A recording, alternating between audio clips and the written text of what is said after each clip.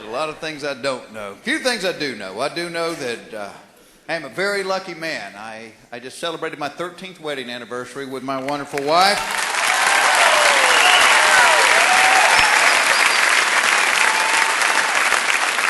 You know, at 13 years, you start feeling like, well, you know what, we might make it.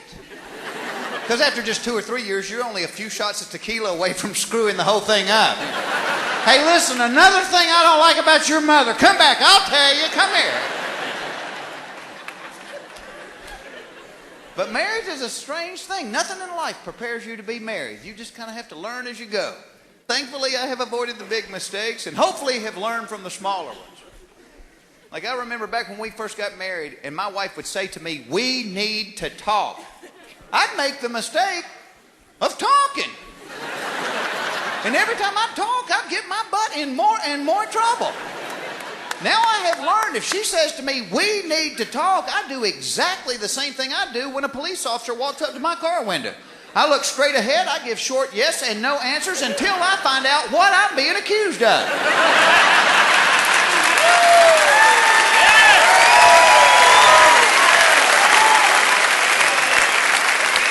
Well, there is no sense in pleading guilty to a crime they don't know about yet.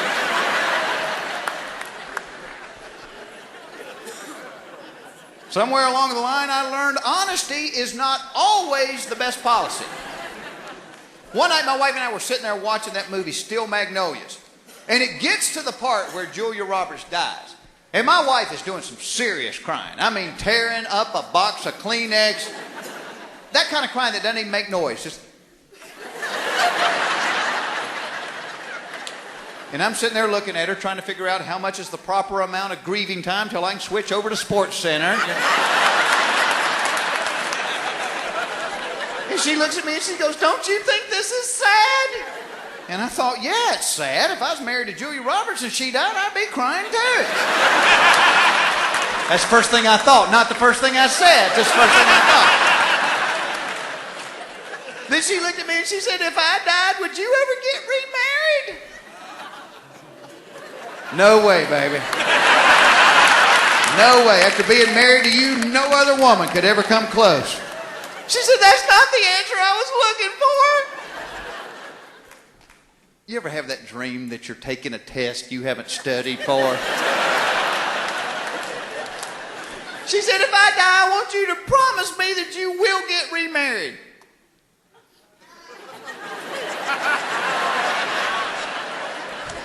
You're teasing, right? No, I'm not teasing. For the sake of the children, please promise me you will get remarried. Okay. But just for the sake of the children. Hey, you don't think the kids would mind having a young stepmom with some big old hooties, do you? Honey, where you going? I'm better at true faults. Ask me true faults. I'm good at those. Come on. See, like I said, I had not studied for that particular test.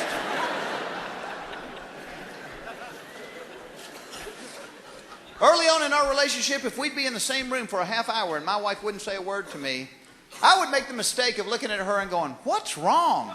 Hoping that it was something other than me. See, now I have learned if we're in the same room for 30 minutes and she doesn't say a word to me, it's me.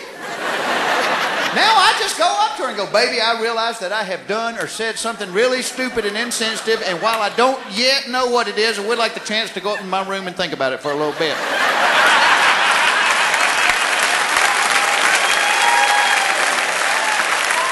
Nip it in the bud.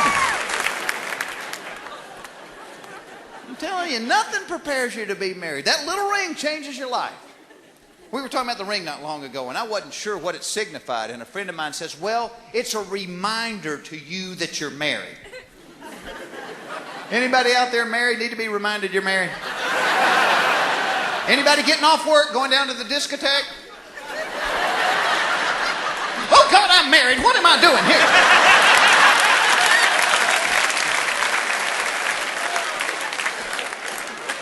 I've heard other people say, well, it's an indicator to the opposite sex that you're not available anymore. Let me tell you something. After 13 years of marriage, you don't need to see a ring to tell I'm not available. I have that hunched over, staring at the sidewalk for loose change married man walk. What is that, a nickel? Look, there's a nickel right there.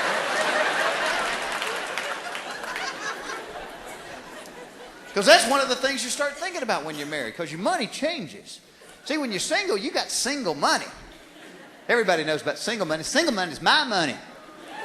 Buy what I want to buy, when I want to buy. Got my own money, got my single money. But once you get married, you don't have your money anymore. You got married money. That's where you both take every cent you've ever earned and pour it into that collective marriage pot.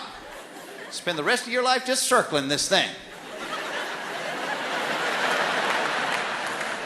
You getting tired, baby? Huh? You getting tired?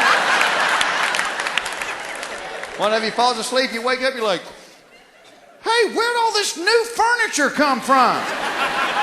I thought I'd let you take a little nap, sweet pea. She comes down for breakfast. Is that a new bass boat in the driveway? Your morning to sleep in, honey bun.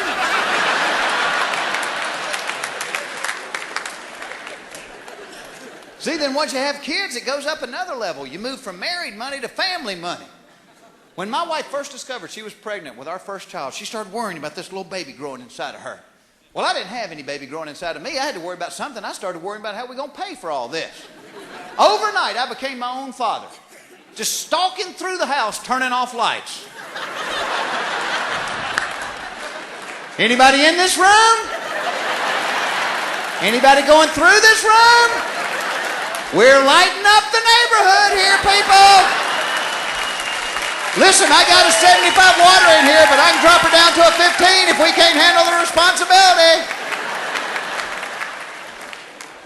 By the time my second child was born, I was just standing on the side of the house staring at the meter going, turn something off. This thing's spinning like a top. Turn something off. You people are killing me. Unplug something.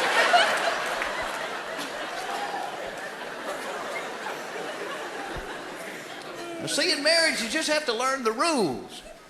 And rule number one, if she ain't happy, you ain't happy.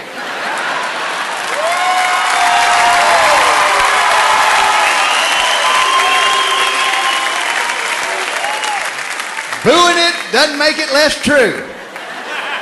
And if she ain't happy long enough, you're going to be unhappy with half your stuff.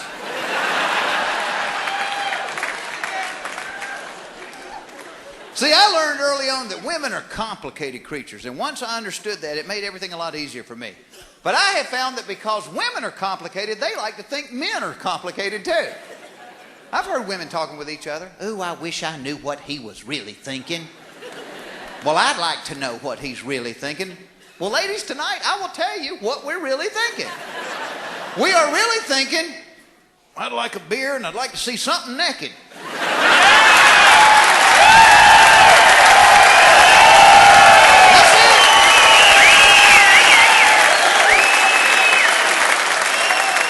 I wish it was deeper than that. It's not.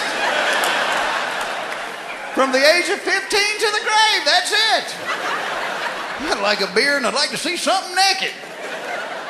You go to a nursing home, you see a 90-year-old man going down the hall on a walker, that's what he's thinking. Well, I'd like a beer and I'd like to see something naked. Oh, not that, not that.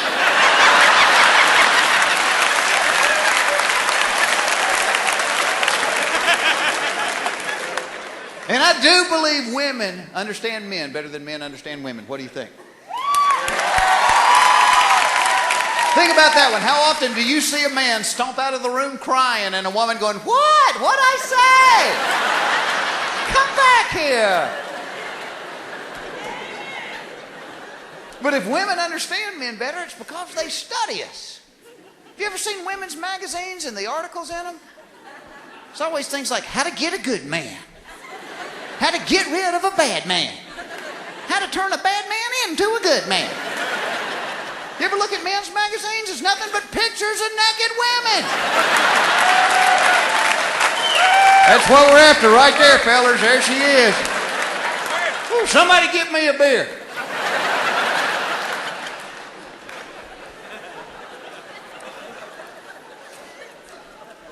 And I do believe men would take advice about relationships, but we're not going to read magazine articles about it. You got to give it to us in some form where we'd accept it. Now sneak it into the play-by-play of ball games. And there's strike three. Greg Maddux really looking good today. And speaking of looking good, fellas, from time to time, your woman needs to be reminded that she's still looking good to you.